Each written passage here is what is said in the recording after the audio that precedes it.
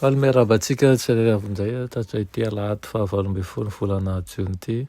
Sotran'Andriamanitra indray isika fa afaka miditra amin'izao ianandro vaovao zao ary manomboka amin'ny fandraisana ny teniny amin'ity maraina ity.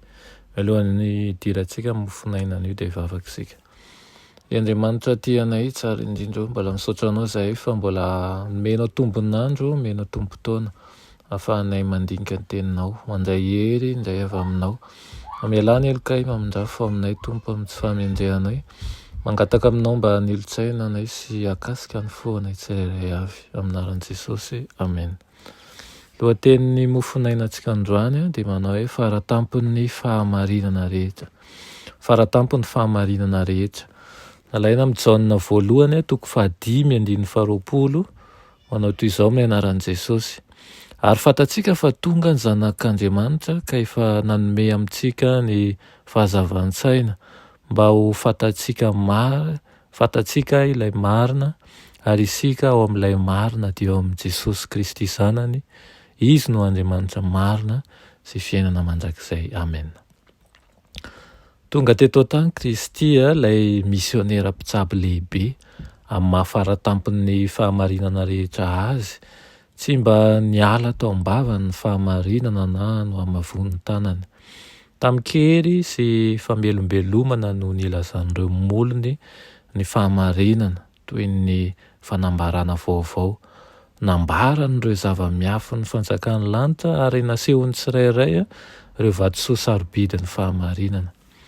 Nisy fahefana ny teny Kristy, ny fahamarinana manan-danja rehetra ilain'ny olona ho fantatra dia nambarany tamin'ny fomba izay naneho fa azo antoka ny fahamarinan'ny fahalalany.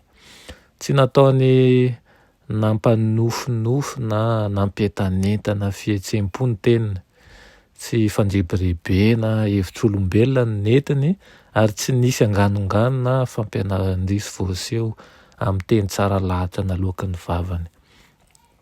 Ny fanambarana nataony dia fahamarinana miorina amin'ny fahalalan'ny tenany manokana.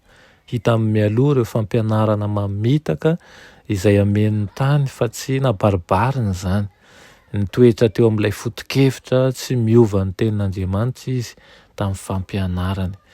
Nasongadininy ireo fahamarinana tsotra sy mora raisina mba hahatonga ny be sy ny maro hahatakatra ny heviny sy hampiatra izany amin'ny fiainana andavanandro. Azon'i Kristy nataony nampahafantatra ny olona n'ireo fahamarinana lalina, indrindra ny siansa ireny. Azo natao ihany koa ny nampiseho an'ireo zava-miafina izay tsy hita raha tsy efa nilofosana mafy sy nandaniana ron-doha nandritra ny taon-jato mary. Azony nataony ihany koa ny nandroso tolo-kevitra momba ny siansa izay ho nampisaintsaina sy nandrisika ny olona amin'ny fikarohana hatramin'ny andro farany, saingy tsy nanao an'izany izy.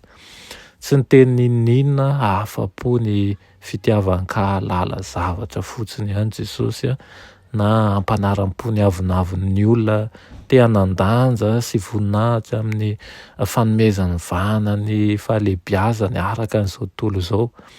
Tamin'ny fampianarany rehetra dia nosarian'i Kristy hifandray amin'ilay saina tsy manampetra ny sain'ny olona. Tsy nitao amin'ny andiniky ny fampianaran'ny olombelona mikasika an'Andriamanitra na ny tenany na ny asan'ny olona.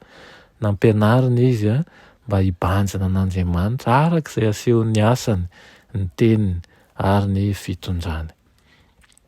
Hitantsika amin'izany fa tsy niala tamin'ny mission napetrany Manjakarivo Kristy dia ny hampahalala antsika ny mahakasika an'Andriamanitra iray, hampialala ny fitiavany ary koa mba hahatanteraka ny drafim-panavotana izy ho anao.